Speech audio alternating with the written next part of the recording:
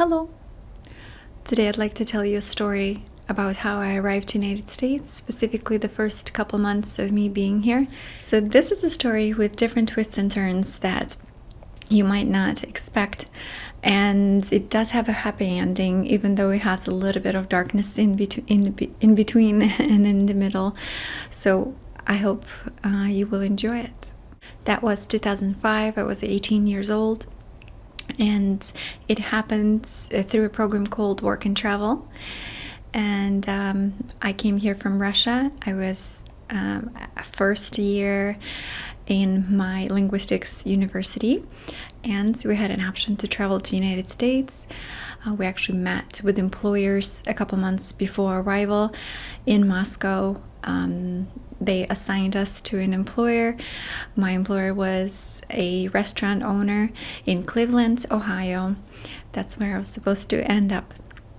So I do want you to remember that that was 2005. Right now it's 2020. So that was literally 15 years ago. So a lot of details have been forgotten, or I just maybe misunderstood them just because of how chaotic the situation was. So I'm telling you the story to my best ability.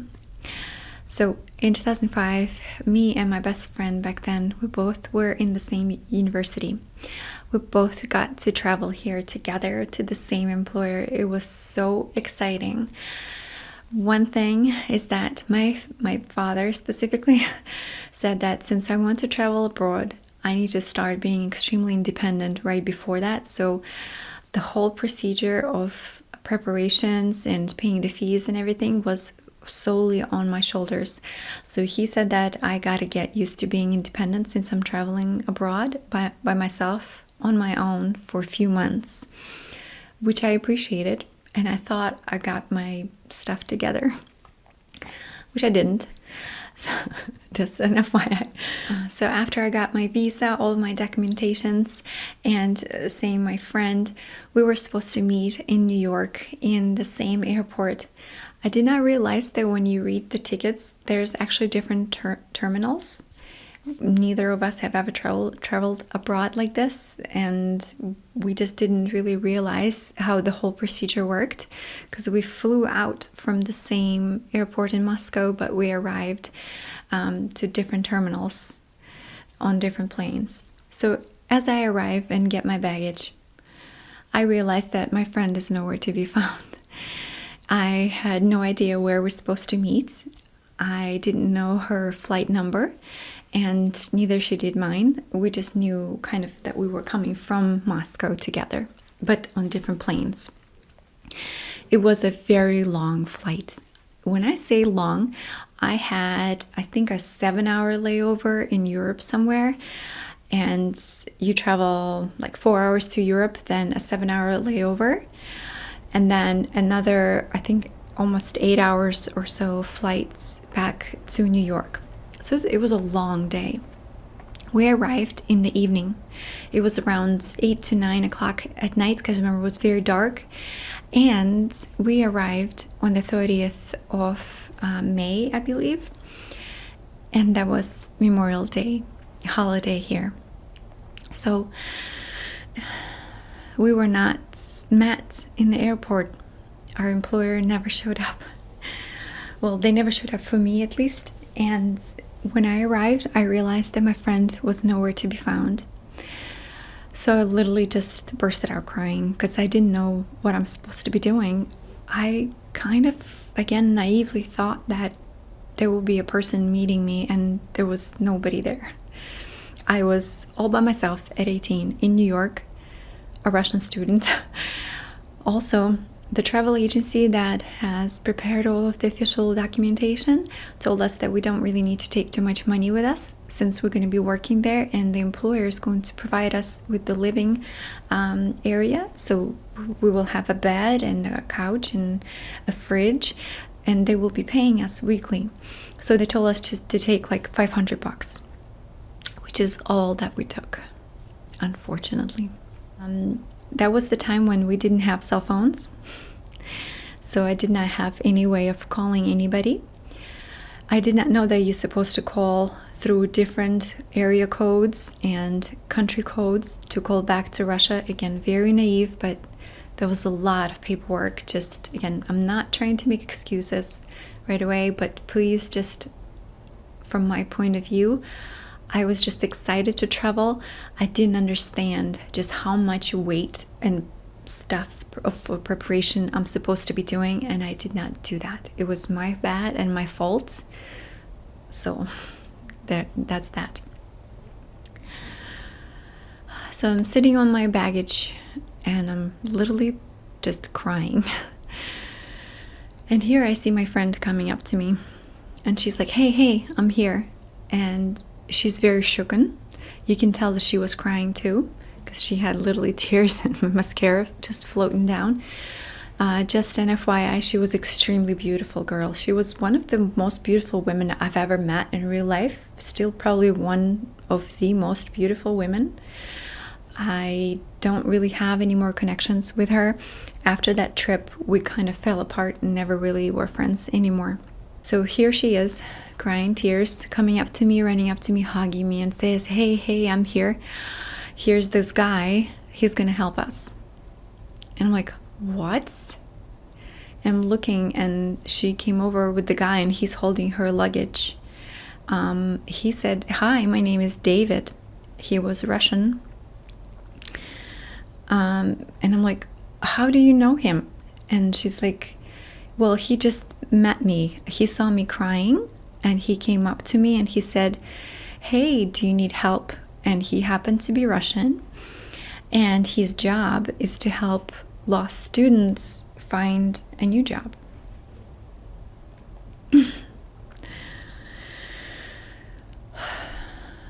At first I was shocked. I'm like, okay, is that a real job? I'm thinking to myself, and I'm trying to whisper to her, like, I don't know about this whole thing. She's like, well, do you have any other options? I'm like, no. So we decided to try and call the employer since we had their phone number. So we tried calling from the rotary phone. That's what we used to have, kids.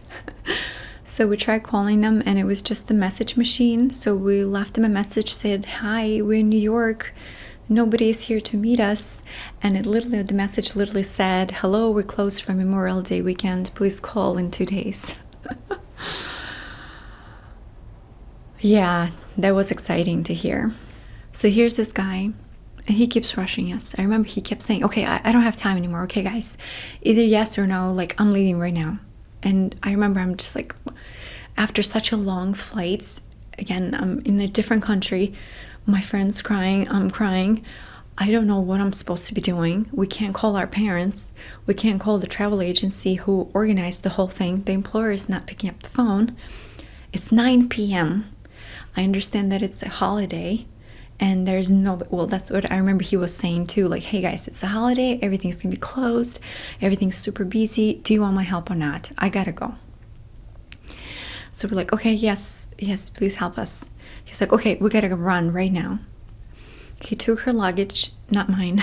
He took her luggage, and he started just very fast walking towards the car. We walk into the garage, and I'm telling her, hey, do you have some kind of weapon to take with you? And I'm trying to whisper to her, like, hey, if he takes off with your luggage, let's just let it be. We were literally scared, but also I don't know what other options are out there for us. So we both were just kind of, he was offering help. So anyway, so he kept saying, hey guys, don't worry about it, relax, it's my job, I do this all the time, that's why I'm here to help you find another job so you're not lost, blah blah. And we're like, okay, all right. So back then I used to smoke, and Russia is quite a tough place, and I already had a lot of encounters when I had to prepare myself for self-defense and other stories, right? So I learned that you need to carry either a knife or your keys or a lighter with your perfume. So that's what I had. I had a lighter and my perfume, which was probably a terrible idea, probably easier just to spray perfume in the eyes. But anyway, but I was ready. Like I had it in my pockets as I was dragging everything. So here he is just dropping all of our stuff in the car, put us in the back. He had a van, like a silverish, grayish van. And I remember he was just so quick. He would just like pop, pop, pop, like everything. Okay, let's get going. I have other people waiting for me. Let's get going. I'm like, okay, all right, where are we going? He's like, I'm going to put you in a cheap hotel for tonight, and I'll see you tomorrow. We'll talk out your options. So we're like, okay, well, that sounds a little bit better. He's like, do you want to stop in any stores to get like food? And we said no, because we didn't want any more stops. So he kept driving, and I remember just being so scared.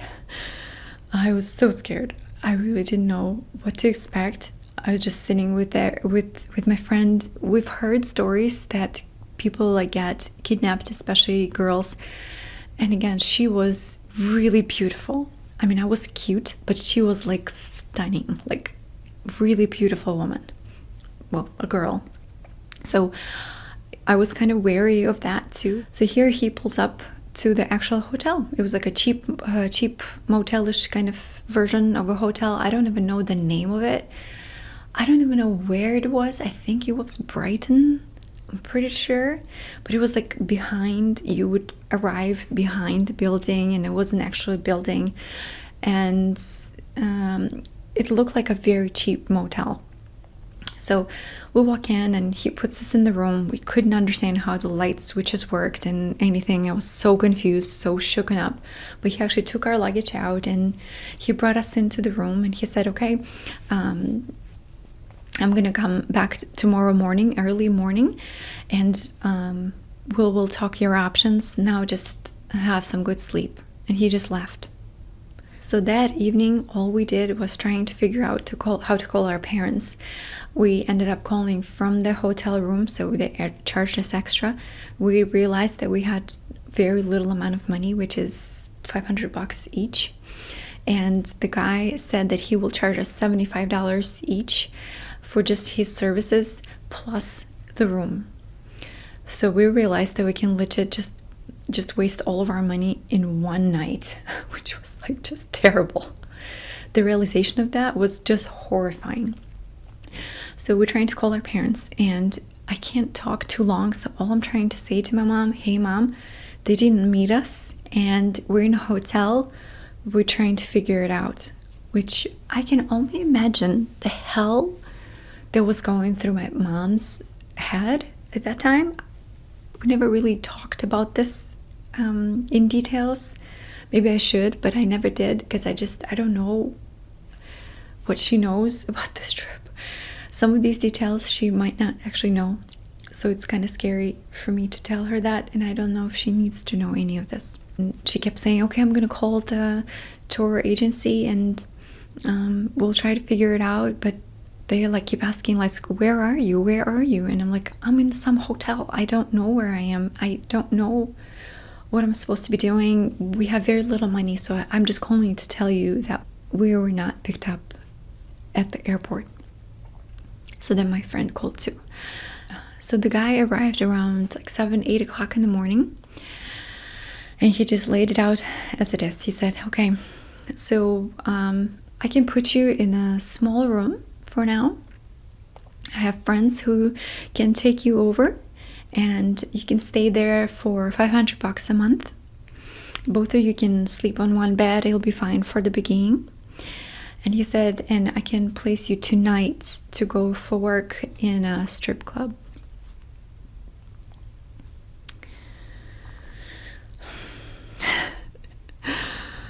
So I was like looking at my friend like, okay, all right, I don't want to work in the strip club. And she looked at me like, yeah, I don't know, what do we have any other options? And he said, well, just to let you know, you will make decent money. And he kept talking like, there's a lot of Russian girls, and it's like a whole community, and you can have fun, and it's gonna be easy, all that kind of stuff. And I just kept thinking, oh my gosh, I don't want to be a stripper. What the hell?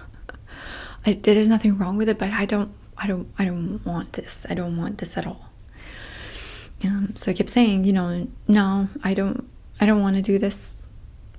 He kept saying, well, do you have other options? And I'm like, I don't know, but I'm not going to the strip club. So anyway, so then he said, well, you do have another option if you really want to. And we're like, yes, please. He's like, well, I have a friend who is in Baltimore, Maryland, in Park Heights, I believe. And he runs a hotel business. And you can go and work as housekeepers there. He said, if you want to, I can put you on the bus today at 10 o'clock in the morning. Or whenever's well, it ended up being the 10 o'clock one. And you're going to be there and probably going to start working tomorrow. So we said, okay, that's a much better option.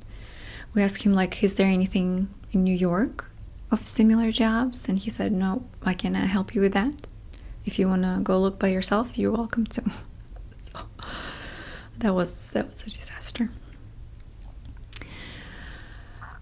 So we ended up paying him $75, paying for the hotels. I don't remember how much. I think it was just over 100 for 2 people. And then he drove us back to the airport, put us on the bus to Baltimore, Maryland, and off we went there. When we arrived at the bus station, we were met by a Russian-speaking person. He wasn't really Russian. He looked more Armenian or Georgian. His name was very Armenian as well. But he spoke Russian quite well. So he had a van as well, and he just waved at us, and he's like, hey girls, you hear from David, right? And we're like, yeah. He's like, okay, cool, let's go sit down and we'll talk numbers and we'll see what we can do for you. So we're like, okay.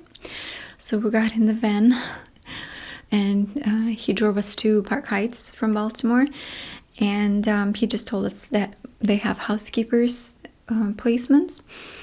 So the way they worked, as I realized, again, it was very fast. Everything was very fast all the time. Everything was just happening, and I remember we just had no time to think. Constantly, it was just like, okay, well, either that or like I gotta go kind of thing, and you don't really know what you're supposed to be doing at this situation. You're doing your best, and again, there's no adults helping us, and nobody to ask opinions from. I remember that just being so lost. But I was still excited to be in the United States. Honestly, I still felt like a little bit threatened, but also relieved every step that we went further into this whole thing. So he said the way their company worked is that they placed students like us in 1-bedroom apartment.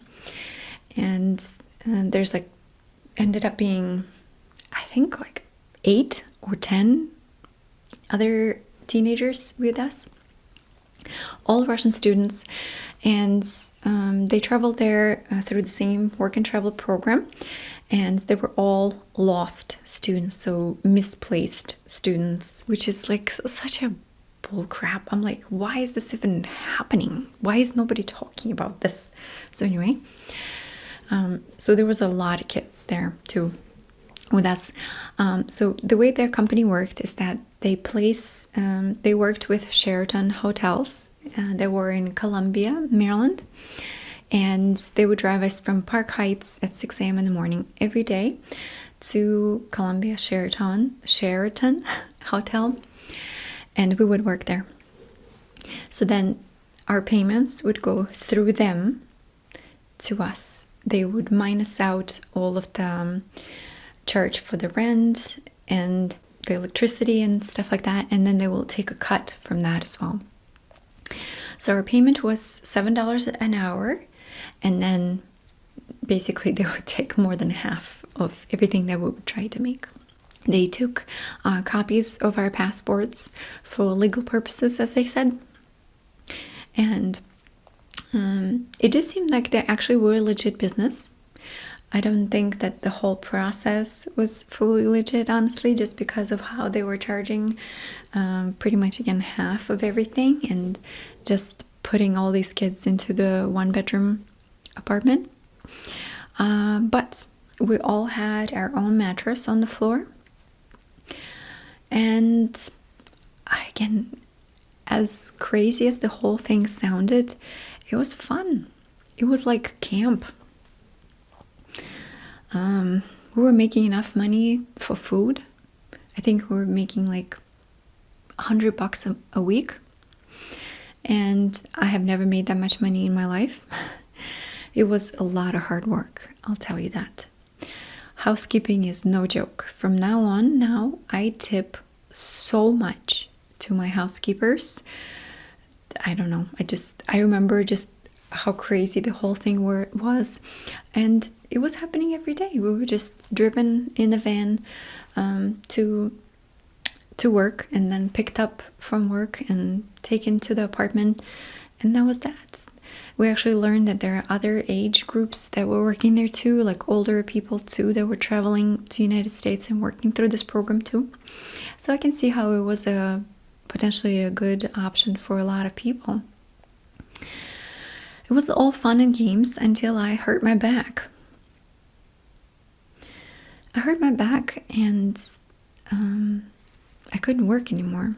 I remember I was like throwing like the covers like this, like fluffing the covers, and my back just like, oh, and it spasmed and I was done. I could not straighten out anymore. I was just bent over like this.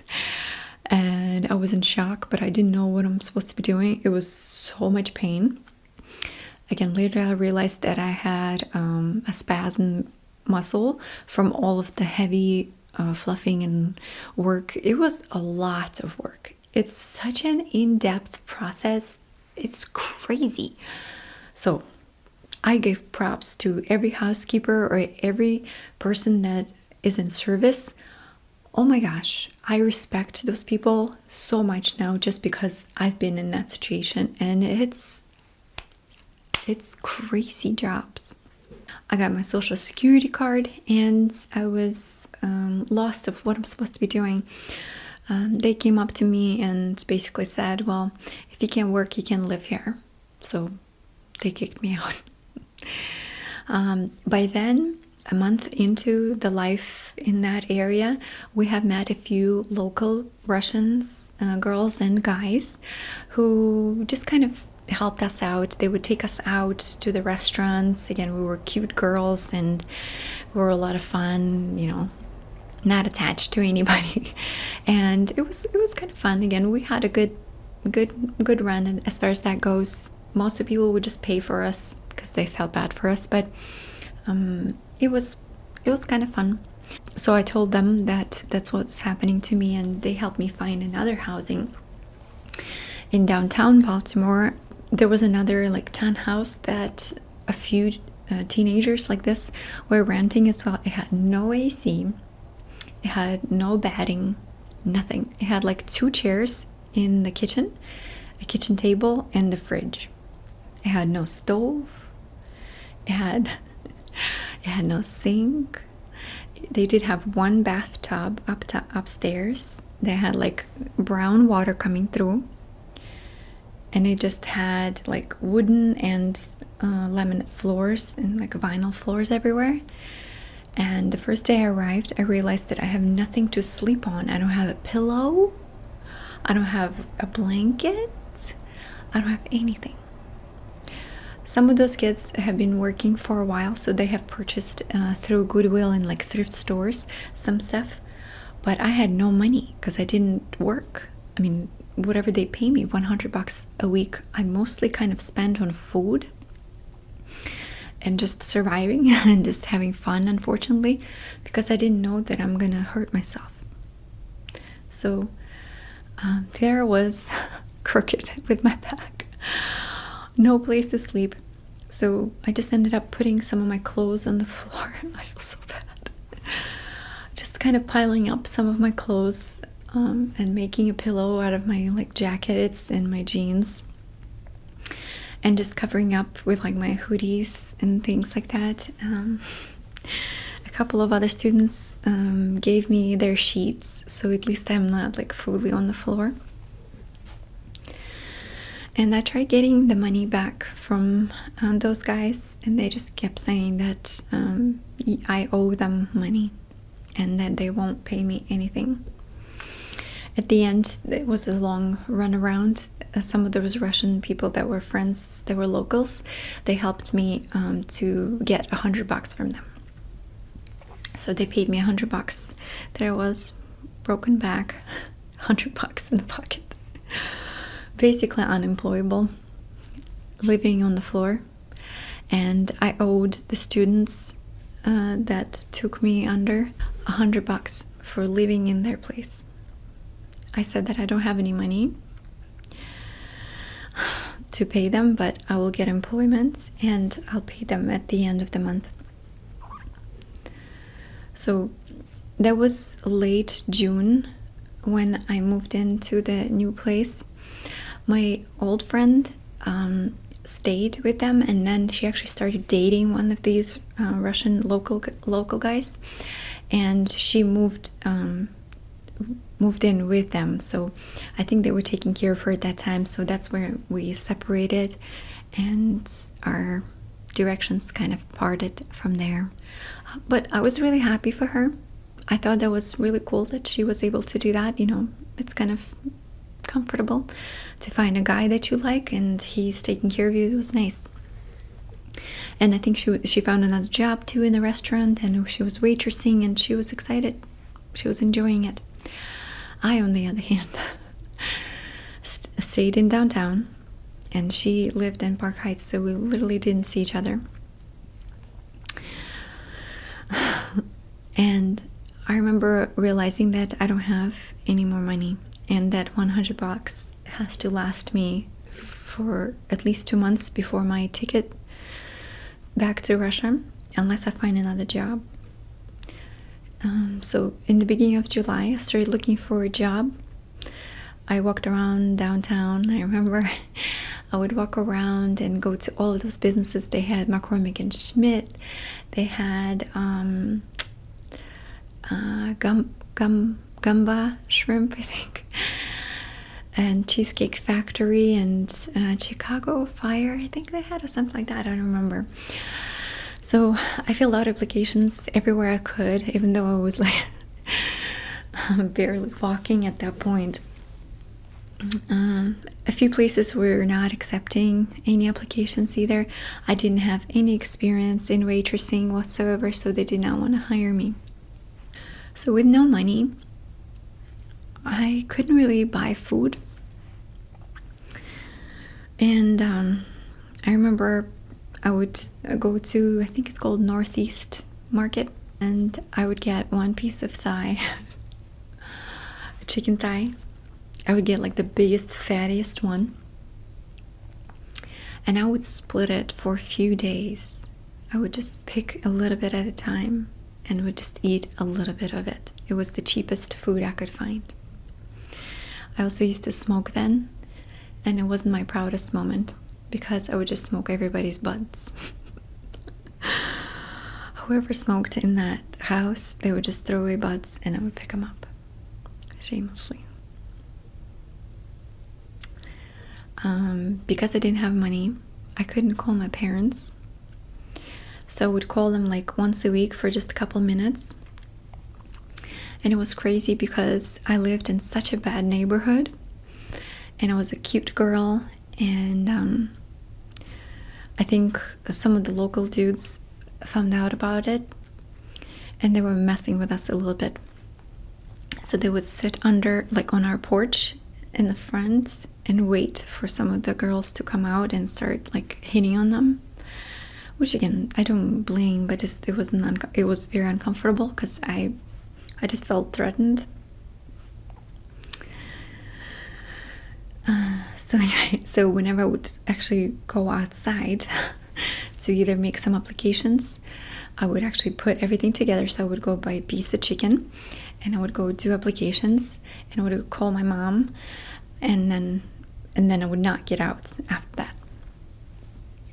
And I remember I would have to call my parents at a different time because it was such a difference in time, like 8 to 10 hours difference in time.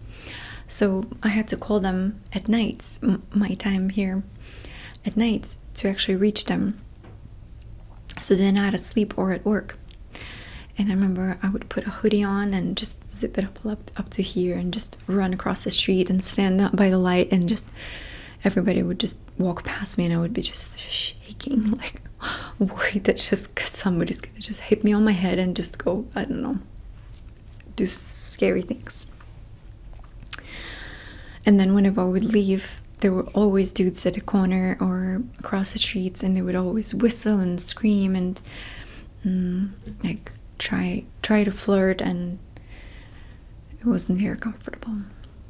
So then one day, my friend came over to visit me to see how I live and everything. She was pretty shocked. So she said, "Hey, we are going to a birthday party tomorrow. You want to come with us?" And I'm like, "Yes, please take me." By then, I was starving. I mean, like again, a piece of thigh for a few days. I don't know how many, like 3 days. I would just spread it onto a few days. I would just pick a little piece and walk away. I remember I would get boiled potatoes, and I would boil them in a teapot a couple times to do that, to kind of save up money. And so I would eat a boiled potato. It had like no salt, no sour cream, nothing in it, just boiled potato. And I would just eat that. So I lost a lot of weight in that time. Just within a couple of weeks, I lost a lot of weight. So she told me to go to a birthday party to one of these Russian people, locals. I'm like, "Yes, please take me with you." She's like, "Well, we need to give a gift and stuff." And I'm like, "I don't have any money. Please just take me. I gotta eat something. I want to have fun, please." So she talked to her boyfriend. They took me with them. I didn't have to pay anything. So here I am at the birthday party. I could care less. I swear. Like, I was placed right next to my friend, and I just saw all the food. And I just started shoving it in my face. I just remember, like, crazy, literally, like, hungry, like, a wild animal, just shoving it like this. I don't remember what I was eating. I just like taking shots and just trying to lose myself in a moment. Just was trying to saturate myself with as much food as I could so I can eat more later. I was considering taking some in my purse. Probably should have done that too. So anyway, and here I am sitting and shoving all that in my face. And across the table was sitting another Russian guy. He kept looking at me and smiling. And I'm not paying attention. I'm not there to meet anybody. I'm there to eat, okay? There's one purpose and one purpose only. To survive. I don't need no flirting. Don't even touch me. So he kept trying to laugh at me like, "Hey, like, where you come from? Why are you so hungry?" And I think he enjoyed my hunger, like that I was so like, no filter, just do whatever the hell I want in the moment. So then he tried talking to me once we got out the table. He tried dancing with me and stuff, and you know, I enjoyed it. Somebody was paying attention to me. It was nice. I remember I looked at him, and he was a little bit shorter than me and quite a bigger complexion, and it was not my type. He was like a dark hair, dark eyes. My type has always been very short, like buzzed hair and blue eyes, larger nose. That's just always been my, I don't know, that's what I'm attracted to. I don't know. So he was Russian Jewish person, and he just wasn't really my type. And I told him that. I'm like, "Well, you're not really my type." I think he liked that. So he later found out where I lived, came to see how I lived. He was shocked. He asked me on a date a couple times, and after a couple times he said, "Well, you know what, if you want to, I have an apartment and you can live with me just because of the way you live right now." And I said, yeah, let's do it. It was a better choice for me than anything. So one day I told the students that I'm going to go look for a job, and waited until they all left. And I packed up my stuff, and he picked me up, and we drove away. And I felt really terrible because I promised them to pay that $100 for rent, and I just did not have it. So I drove away without paying them, and I knew that they needed it, and I felt so terrible. But we didn't exchange phone numbers or anything, because again, we didn't really, I didn't know that I'm gonna move out. They didn't know I'm gonna move out, so we thought we had more time. And I do feel terrible for not giving them that $100. I hope they were okay. But again, they were all employed, so I think they were okay. They were in a better situation than I was. And so eventually we got married with that guy. He was my savior at that time. He helped me a lot and taught me a lot and pushed through and was very patient, and I was very, very grateful to him. And I was sure that I loved him. And after 5 years of marriage, we had a divorce. And that's when I started ASMR and then the whole YouTube thing. And after that, I met Daryl and my current husband now. And now I have a daughter with him, and everything seems to be working out good. So it all ended up in my favor. So my story is a little bit bittersweet, as you can tell. I do often think of all the girls that have decided to stay in New York and did go with the route of strip clubs, and how that turned out for them, and if it was just the strip clubs or was it something else. It's very scary, very scary. Again, one thing I can tell you, that I think these situations are not as I don't know how to say scary, not as intense as maybe some movies show and stuff. It's more of a making a quick choice in the moment, and most of the time you're just rushed. I have a feeling whenever this happens, you're just given choices and you are very pushed, like, to make a choice quickly, and it's usually towards the quickest option, which is usually probably the worst option for you. So I cannot imagine how many girls were in our position. We were at least together. There was 2 of us. What if my friend would have never found me in New York? What if he told her that he found me or something, and he took her separately? And what if he would have never said that there's an option for housekeeping? I don't know. I don't know. It would be very scary situation. I think it's a reality for a lot of people who enter United States, especially as young people. And I don't know who to blame. Again, because it worked out for me, I never really followed up with any of this, and I feel bad about it, but it's been like 15 years. I don't really remember faces or names or really much else. So, but again, I hope that this was an interesting story for you. Maybe you learned something. Thank you for watching.